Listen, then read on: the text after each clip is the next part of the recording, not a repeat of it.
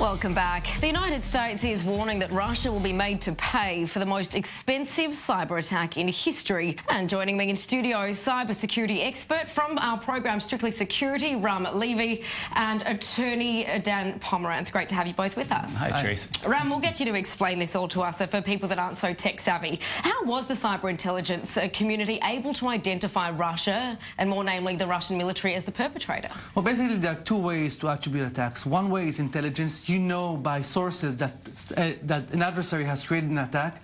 And another way is by technical analysis of the virus. You get a sample of the virus and you analyze it, and based on past knowledge of viruses that look like that, you can assume that this is the adversary. But this situation was different, because what happened is in February, some type of organization called the Shadow Brokers, which we know is Russian foreign intelligence, hacked the NSA, stole cyber attack tools, and used those tools in Notpetya to attack Ukraine and then propagate all over the world. So basically, when the Americans saw Notpetya, they knew that the attacking tools stolen from them were used by Russian government. Right, you say they knew, but a lot of language has been a little bit vague, or around almost certainly Russia. Why almost certainly? Actually, almost certainly was almost certainly Russian military, but it was certainly Russia. Right. Now, the language was vague. Actually, it wasn't that vague. In intelligence terms, it's actually quite explicit by the UK government, because I believe that they were hanging behind the US intelligence that they've probably not seen. But the White House was very clear. It's Russia, and it's Russian military. Okay. Now, the Ukraine was actually the first to blame Russia. It was right after the attack itself. What was that based on, and why did it take so long for the Five Eyes, per se, so to speak, to latch on to that intelligence? I think because once you attribute an attack to an adversary, the public is expecting to see some kind of a punishment. Now, you need to prepare this punishment, and you also need to prepare the technical analysis to show the general public that is being skeptical. Why is it Russia? Why not someone else?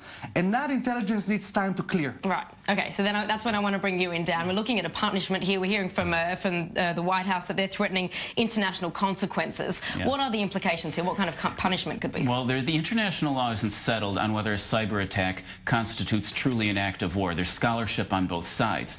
So the first level you could go to would be the U.S. Cyber Command. It's a relatively new agency. Part of their mission is called deterrence. Now, clearly, they haven't accomplished that yet. There are thousands of cyber attacks per hour on the U.S. government.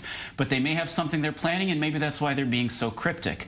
The next level up from that, assuming that that isn't an act of war, which is unsettled in international law, the next act up would be sanctions. But that's problematic because since the 2014 invasion of the Ukraine, we already have American sanctions against Russia.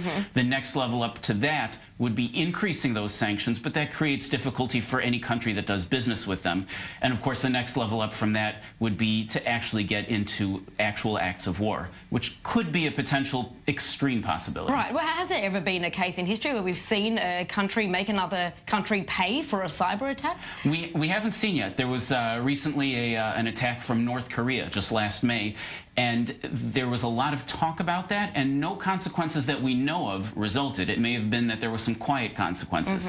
So it remains to be seen whether that happens, and it also remains to be seen whether the Geneva Conventions and the United Nations determine to consider this an actual act of war against civilians, or what's called a casus belli. All right, I want to move on to another story that's much more local to Israel. Dan, there was a massive breach of privacy this week for an Israeli singer. CCTV was illegally obtained and circulated via WhatsApp, a messaging app. Talk us through what happened.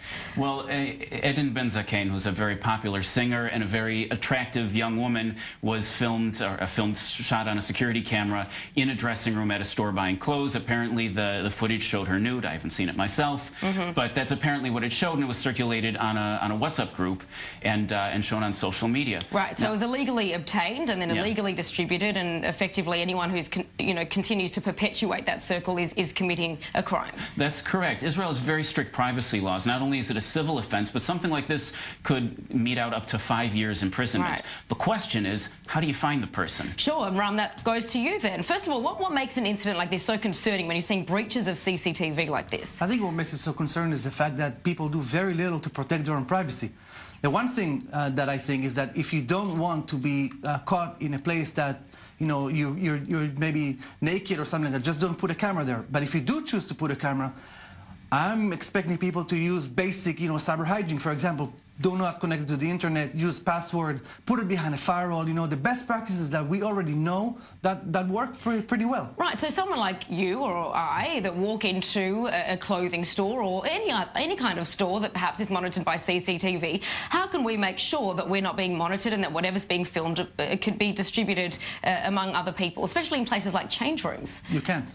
Right. Yeah, that's a so we have to put our faith in the businesses. You can, although the new Israeli information security law that will be effective May 2000, this coming May, will create a situation where companies that have CCTVs and that have databases will have to secure them. And the privacy authority is making a list of controls of what people need to do. For example, they need to put it behind firewalls and put it, password protected, and encrypt the information and make sure that it's not, publicly accessible on the internet. So there will be requirements on business owners that use CCTVs and databases on how to secure their information. And there are broader implications here, Ram. We've seen governments say that they've broken into other governments' security cameras in government buildings, etc., like that.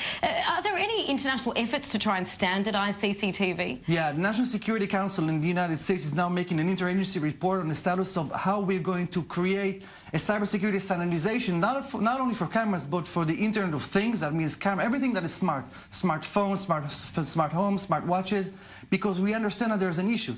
Not only that, manufacturers do not take the responsibility of creating a more secure product. People don't have, a best practice standards on how to secure themselves. And more than that, the French government is going to put liabilities on manufacturers. So if they don't produce a well enough secured product, they will be liable for security breaches. Right.